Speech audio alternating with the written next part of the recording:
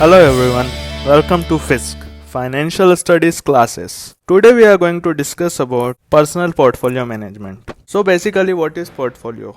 If you have this idea that investment in your stocks or investment in bonds, these two are the only things which you can consider in a portfolio, then it's a wrong idea. The reality is that whatever investment you have, whether it is in stock, in bonds, in fixed deposit, the cash available in your current or savings account, whatever asset you have, even the investment in real estate or in any commodity, gold, etc., all these considered to be part of your portfolio. So now we are going to discuss in this video that how to change your portfolio with your age. What I mean is that at a particular age, how much percentage of your investment should be in stocks, how much should be in bonds, how much should be in gold or any other real estate, etc. So these are some things which we will discuss. So before starting about discussing on how your portfolio should look like with a particular age, first consider the difference between human and financial capital.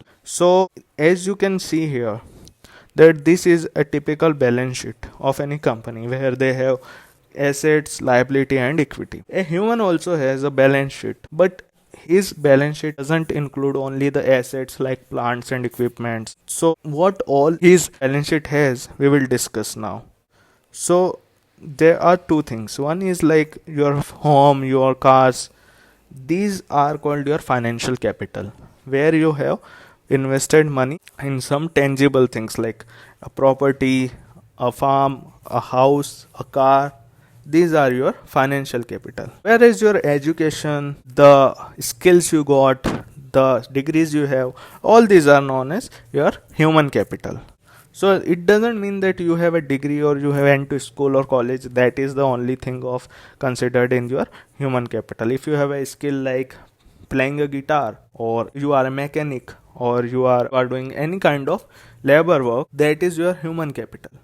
Your labor work won't be considered as your financial capital. So this is the difference between financial and human capital. And these are the two important things which we have to understand, because with age the amount of human and financial capital changes, and based on that we change our portfolio. So that's why it is important for us to understand the difference in financial and human capital.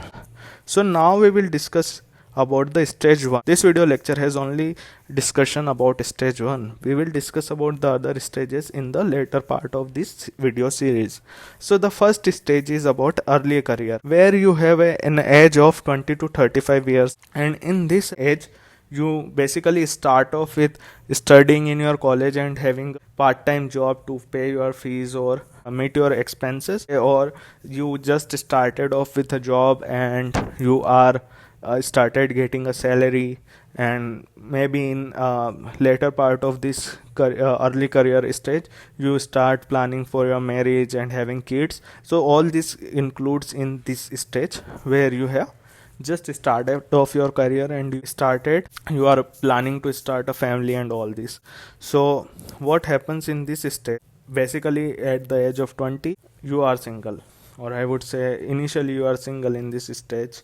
Even when you start a job, after that mostly you marry. So initially when you just started off with your job, or even just studying and having some money to invest, you are basically single. So in this age you have a very high human capital and your financial capital is very low. We will discuss about that some time later, where we have to focus on more on the financial and human capital. But for a portfolio perspective, we just have to understand that we will have a high human capital in this age and a low financial capital. So in such a situation, what happens is that you have dreams or goals like having a bike, buying a jewelry, or you have goals like paying off your education loan, marriage. So these are some short term goals which you have. May also have a goal of personal home, but my suggestion is that it's okay to have an educational goal or a marriage plan in your goal, but having a personal home is something which you should plan later on. After you should not give it a priority in this early career stage. So in this age you must focus on earning and saving and investing in things which give you higher return. A personal home doesn't give you a return, and that's why it should not be a priority.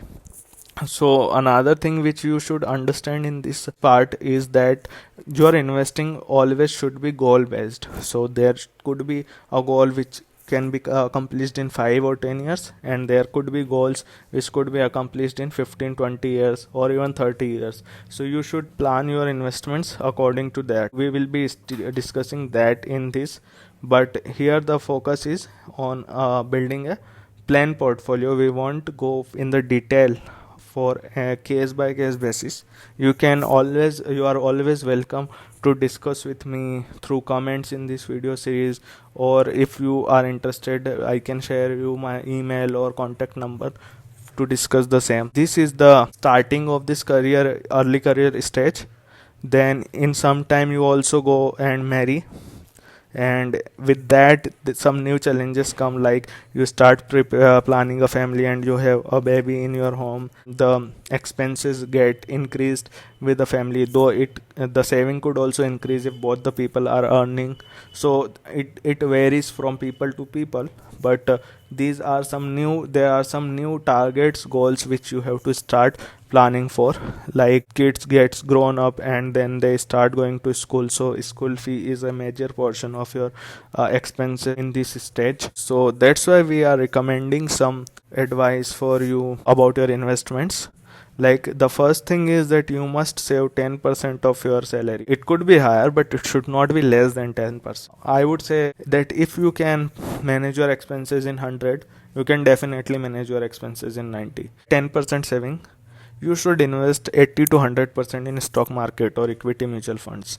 The reason is that even though they are high risk, but in this age you have all chances to take this risk, because you can cover a loss if you have in this stage later on by investing in something else. Means you have enough time. If there is a chance, like for example something like corona came up, that would really impact your portfolio a lot, but that requires a little patience, and then you will get back to normal and even get a higher return. So if you are of a very high age, like 60, 70, where you have limited years of your life, I won't suggest to invest a lot in stock, but here you can even keep your portfolio till 50, 40, 30 years. So that's why I am suggesting to invest 82% in stocks.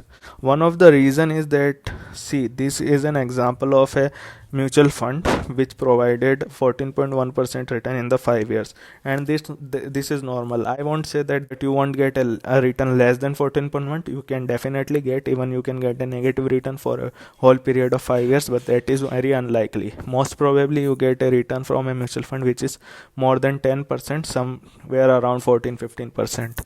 And if you look at the return for a 5,000 monthly SIP, after 5 years you will get 4,22,160 based on this percentage return. Whereas if you invest in a corporate bond, which is the riskiest part of any fixed income product, so even that gives you a return of 8.9% in India and hardly make 3,73,000. A good part of this is that this is most likely confirm that you will get this payment.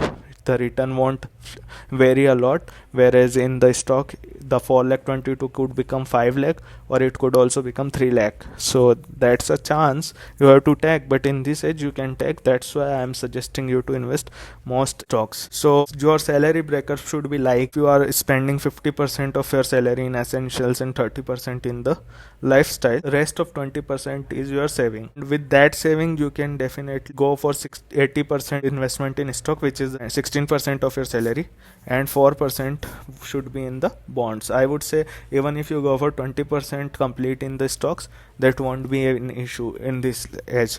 Yeah, but with the you are going into 30 to 35 years age, where you may require a return quickly for some thing or the other, you should start investing 4 to 5% in bonds also. So this is our recommendation for the stage 1 of early career. That's all we had to study in this session. We will bring you the portfolio planning for other stages also, and we will also provide some videos on financial and human capital and goal based investing. Please subscribe and press the bell icon for such notification, and also like and share this to as many people as you can, so that many people get benefit of it. Thank you very much.